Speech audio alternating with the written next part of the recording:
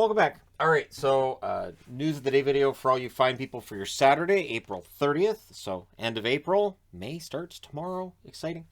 All right, so Jeff Blashill is officially out as Detroit's coach. Either they fired him or they didn't renew his contract. So I know if I say fired and it's that they didn't pick up his contract, there will be those who say technically he wasn't fired.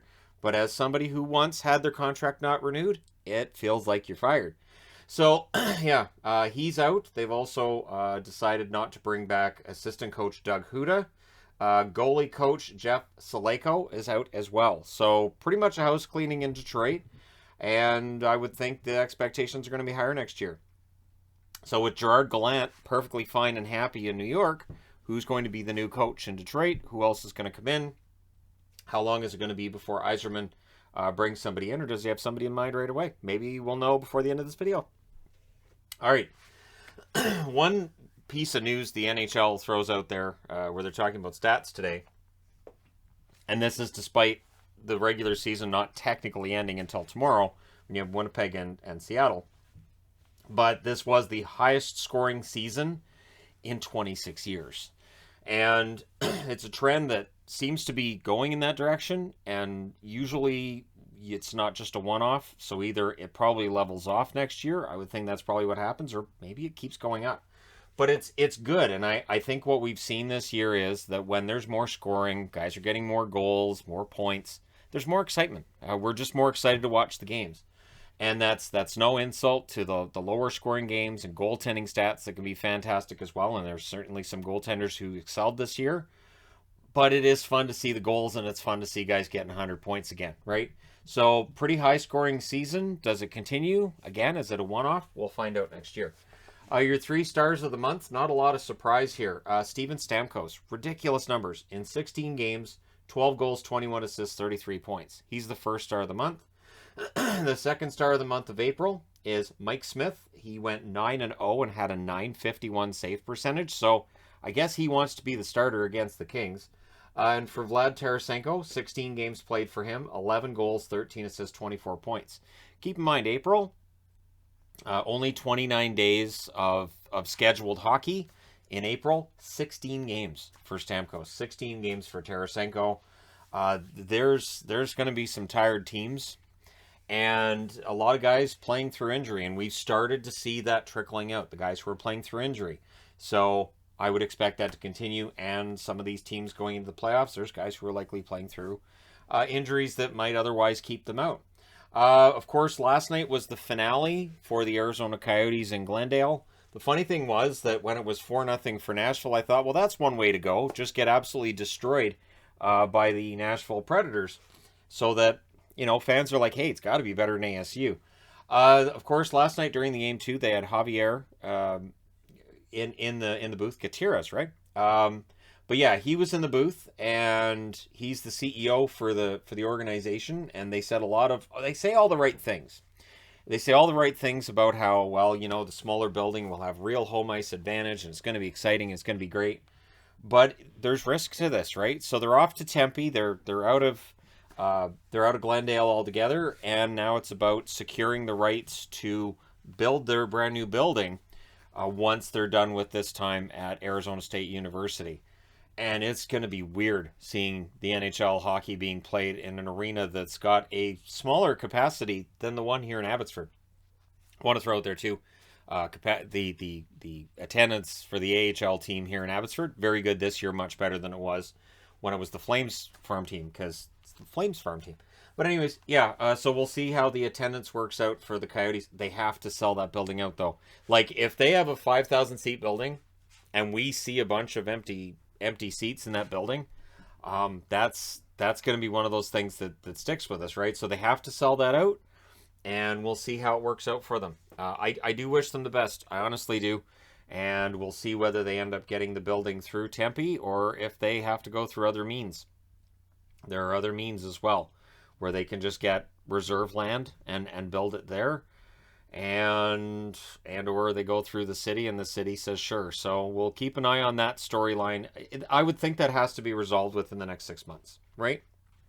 They have to know where this is headed, right? So we'll see. Last night, feel-good story on the final night of the regular season for most teams, again, other than Winnipeg and Seattle. Tom Hodges, emergency backup goaltender for the Anaheim Ducks for the past 3 years. And he got to play last night, and he was the third star. And the Dallas fans were very supportive. He also said after the game that the players were great. The players basically they didn't care whether he allowed 10. Basically, they were in a situation where he had to go in. Both of their goalies were hurt, so he went from being in the crowd and watching to going in the net and playing. So for Hodges, it's a good story. Obviously, this is a goaltender that wouldn't have had a chance to play in the National Hockey League outside of that scenario. So I'm glad it went well for him. They did end up losing the game, but that's not the storyline. Obviously, Hodges doesn't get the same level of attention as David Ayres did, as Scott Foster did. But still, I think it's a good story when the E-Bug goaltender goes in there. There's always that debate about what it says about the NHL when you have an emergency backup goaltender that's not an NHL level netminder. But I don't know what the other solution is. You can't carry 3 goaltenders. You can't have an NHL caliber goaltender as your E-Bug and not have him playing at all. So that's what would essentially happen. You'd be calling up somebody from the AHL that needs to get some time and games, and they just be in a situation where they might get played, but probably not, because the E-Bug doesn't get used a lot in the National Hockey League.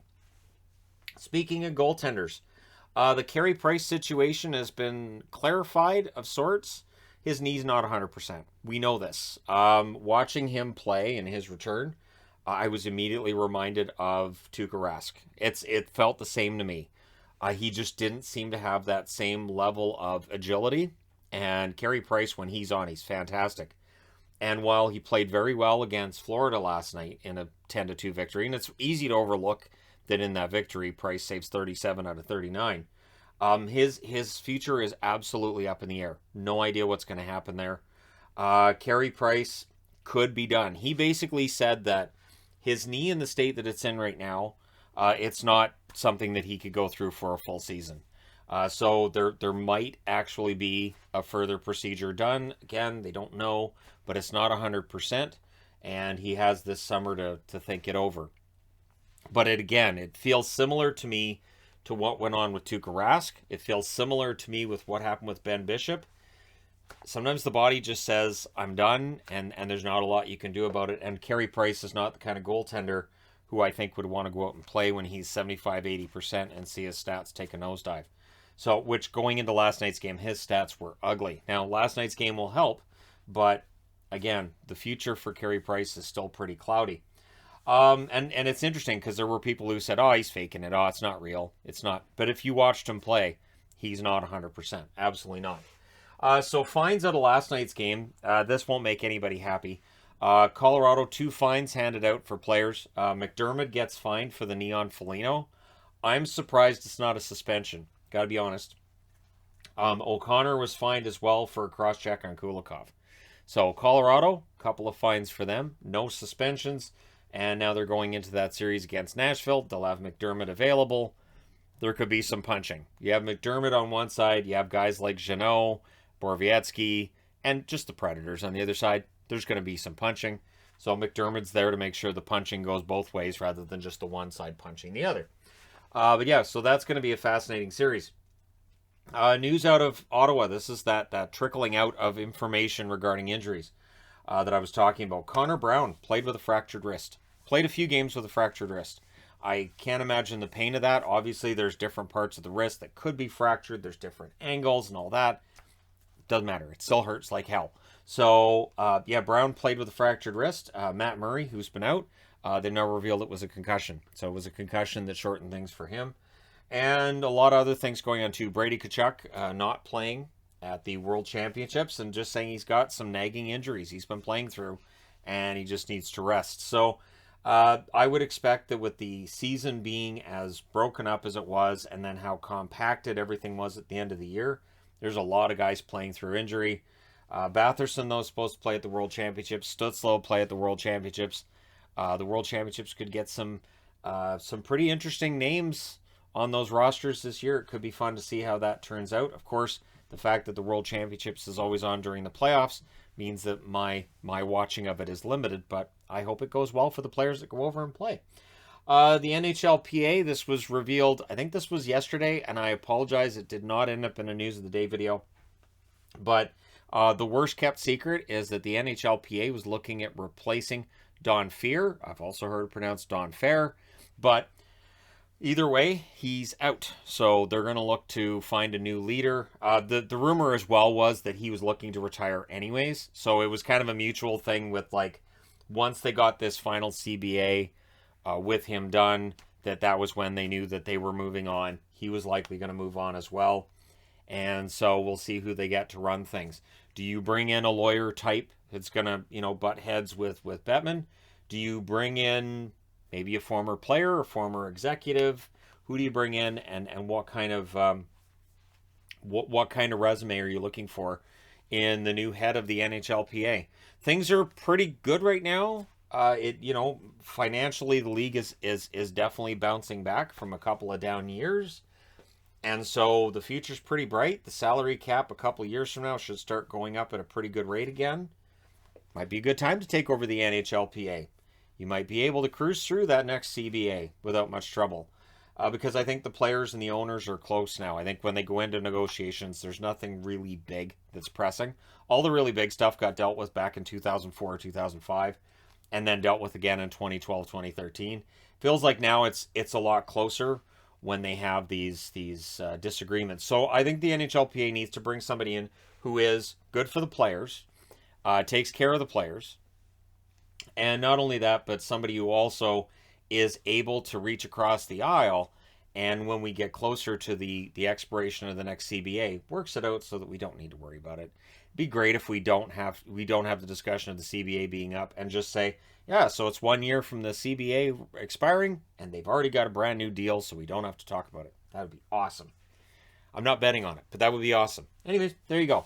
Let me know your thoughts in the comment section below as always. Who do you think takes over behind the bench for the Red Wings? We'll likely hear soon enough. Anyways, I don't think Yzerman's going to take that long with it, but who knows? He might. Yzerman definitely has a plan, and I do believe that plan has been pretty smart the whole way through. The one thing that interests me with Blashill, last year, I thought that Detroit played really, really strong almost every game. They didn't get outworked. This year, there were times where they did get outworked. There were times where Detroit seemed to get, I don't think lazy is the right word, but the effort wasn't quite the same as what it had been last year. And so while the win-loss results aren't awful, I think they could have been better. And so I understand why this year Blashill wouldn't get the same vote of support that he got last year. Things in Detroit, while the talent level's coming up, some of the results are going the wrong way. So this year, we'll see who they bring in to try to right the ship. So let me know your thoughts. Hit like and subscribe if you're browsing your way through. You just happened upon this video. Thank you guys so much for watching, for all your support. I will talk to you again. I will talk to you again soon.